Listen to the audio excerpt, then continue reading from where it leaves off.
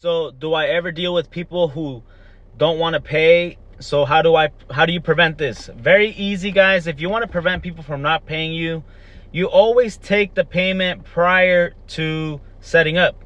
All right. So that's like almost rule number one from when I started my business. People told me always take payment, never take personal checks. Okay. I apologize. Never take payment after the party, right? Oh, never take personal checks.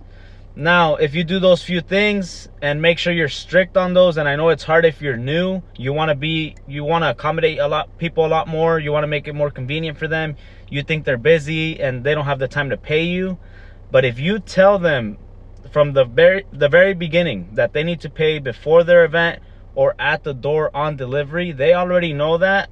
And if they didn't take the time a few days before to go get cash or send you the payment through Venmo, it's a lot easier to pay now through Venmo. Back then when I started, there was no Venmo. So if they didn't do that and they're saying they're too busy to pay you, more than likely they don't want to pay you at the end of the event, and you're gonna have trouble. So that's already a red flag right there. Those few things, you have nothing to worry about, right? Because people are already gonna pay you. Now let's say they paid with the credit card and they do a chargeback, which happens all the time. It has happened to me for an order over $600. I got a chargeback. When you're not that busy, take more time to make sure the person who ordered the service is the person signing for the contract, and that's the name on the person on the card if they're paying for that. Also, take pictures of the setup. You need pictures for social media anyways, right? To post that you're having deliveries. Save it to your camera roll so that way you have proof as well that you offered and delivered in case they try to do a chargeback. Here's a little tip in case they do a chargeback and it goes on their favor.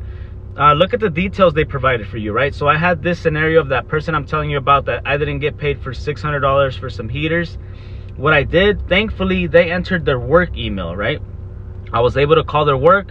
I asked for their manager. I explained to them what happened, and I told them the reason I was contacting them is because they placed that business email within the order. So I thought it was ordered for the business. That got the person in trouble.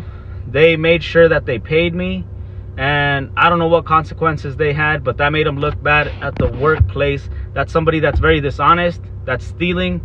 So, you know, always have their information saved in your rental software. If you guys need help with the rental software, check out the link on my bio. I have the ebook that has all the information that you need on a whole lot of different things. So